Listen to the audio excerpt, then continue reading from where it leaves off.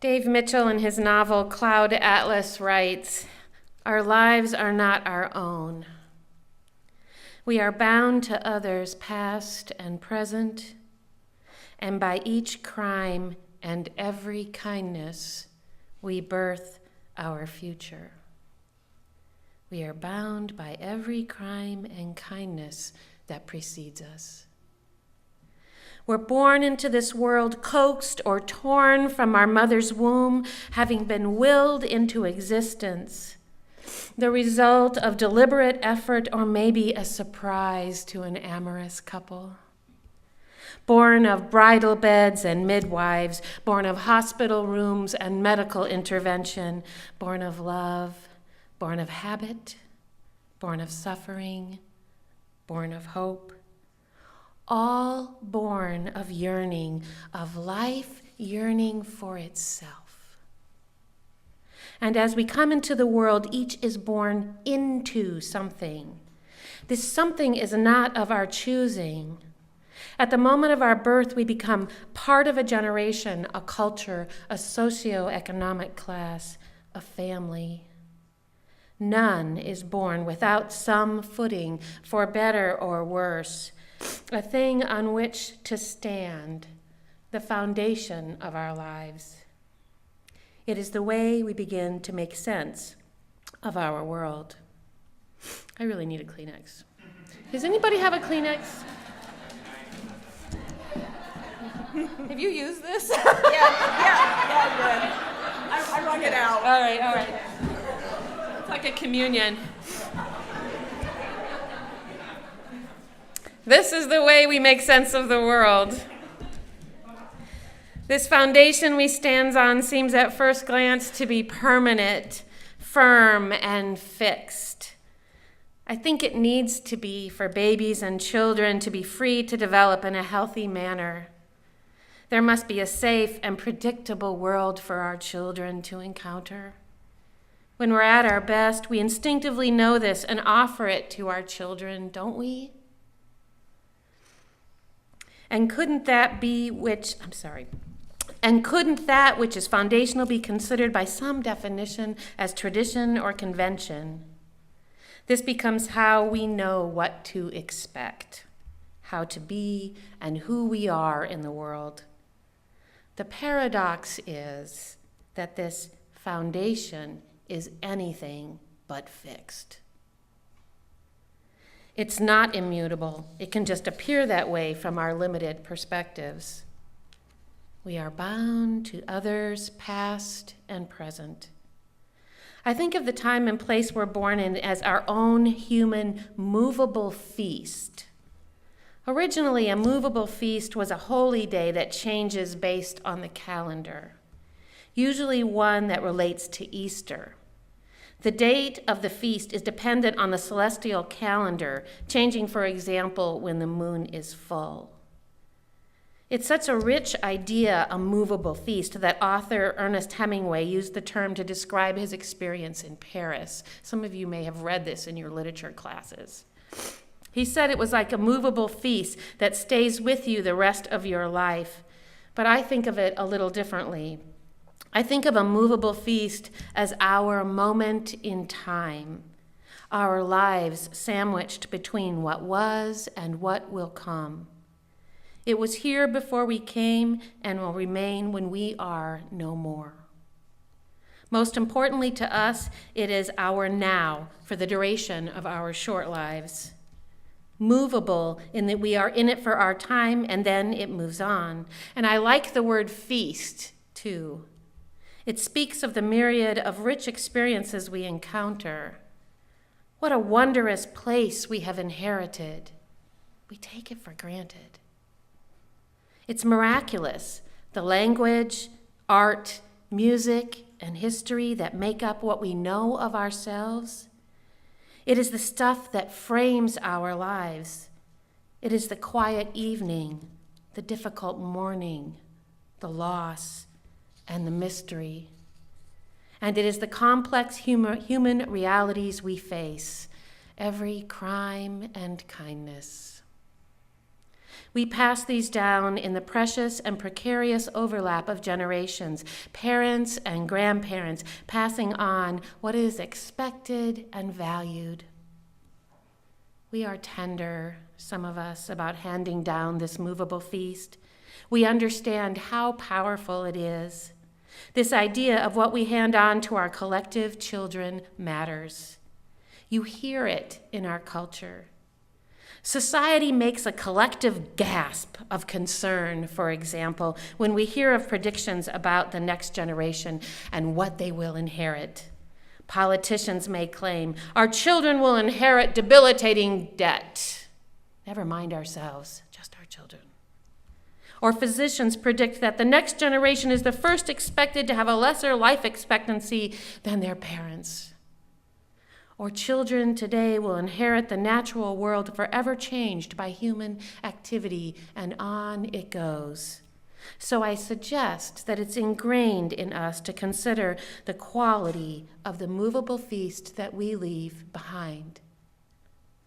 Both societal and familial inheritance can be, as we've heard this morning, tricky things. Families can cling pretty tightly to tradition. They are core to our identity and tie us to our foundations. They tie us to who we were born into. What is comforting to one may be confining or painful to another. Try being newlywed and suggesting a change to your partner's family tradition. No, sorry, this is how we do it. Of course Christmas Eve is at my mother's. It's always been at my mother's.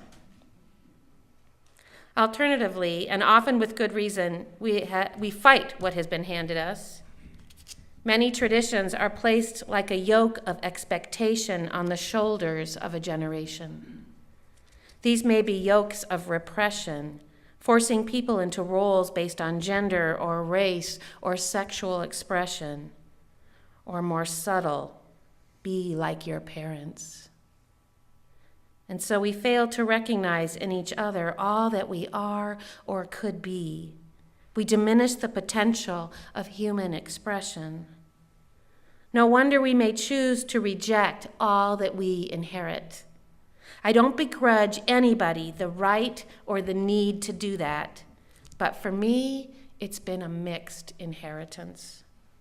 There have been times when I don't know how to accept the gifts handed down from my past, from my people, and for good reason. I didn't want them all. At the very least, for me, it feels messy.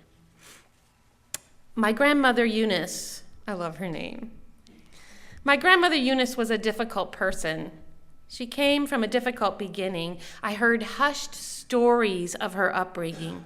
Her father, my great-grandfather, was said to have been easily angered, and I once heard he threw a lit kerosene lantern in the house. It's legendary, right, in our family? I don't know if that's true, but it's terrifying. His daughter, my grandmother, was the oldest child, and on her shoulders she carried responsibilities beyond her years. She learned to drive so that she could better care for her mother, brother, and sister when her father did not. Much more than that, I do not know. I can hardly imagine all that she was born into. But I know I don't really like my grandmother. I found her manipulative. She seemed unable to be emotionally available. She had no real interest in knowing me beyond what she wanted me to be to her. Privately, she would tell me I was her favorite granddaughter, and I would cringe.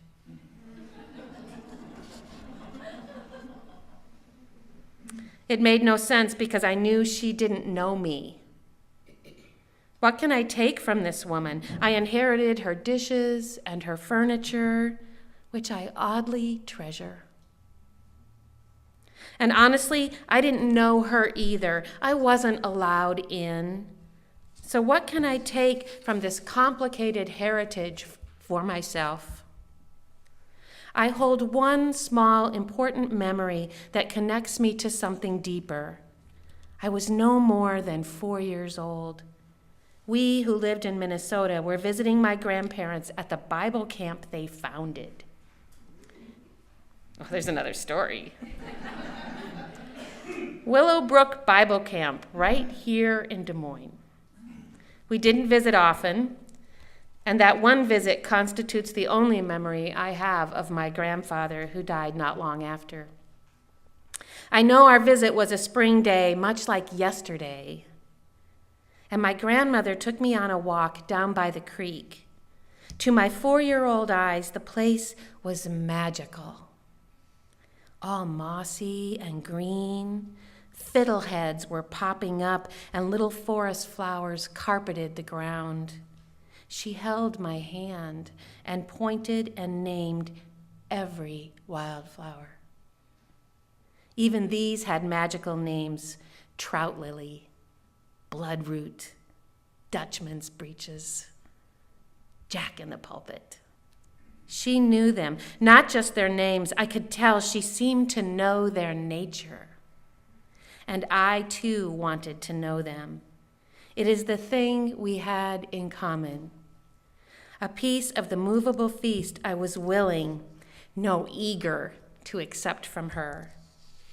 Years later, I would take my own children, any child actually, by the hand to name the flowers, to know them. And this week, nearly 50 years later, I looked for that camp, and to my surprise, it's still there. The pictures on the website show nothing magical, but I know there's something magical everywhere. Can I take this gift offered and reject the rest?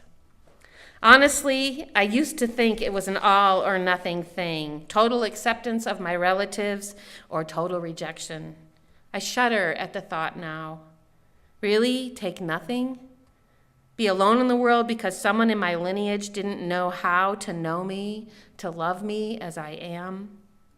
Doesn't my response perpetuate the grief handed down and down and down through the generations? Let it end with me.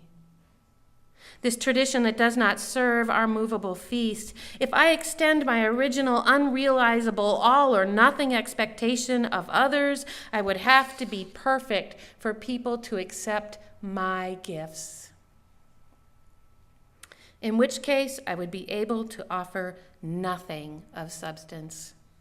Nothing would be accepted.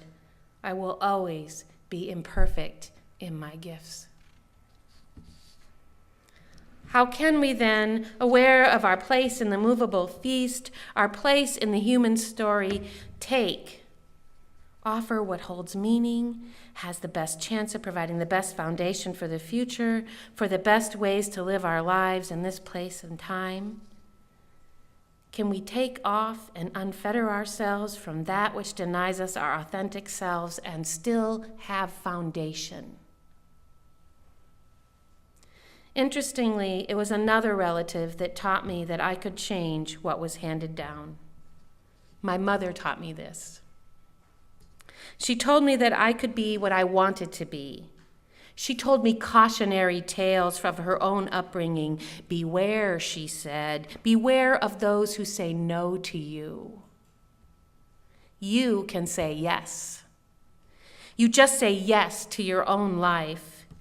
This was not the tradition from which she was raised. This was her rebellion, and I hold her rebellion as my tradition. And I tell my children when I can, when my impulse is pure and unselfish, I tell them, yes. Be who you are. I tell you, yes. Be who you are. This is my tradition now. Be deliberate in the traditions you hold dear. Consider their origins and their meanings to you. What can you keep and what can you leave be? Leave the crimes in the past, no longer needed, no longer in need of you. Mourn them, maybe. Give them a good memorial.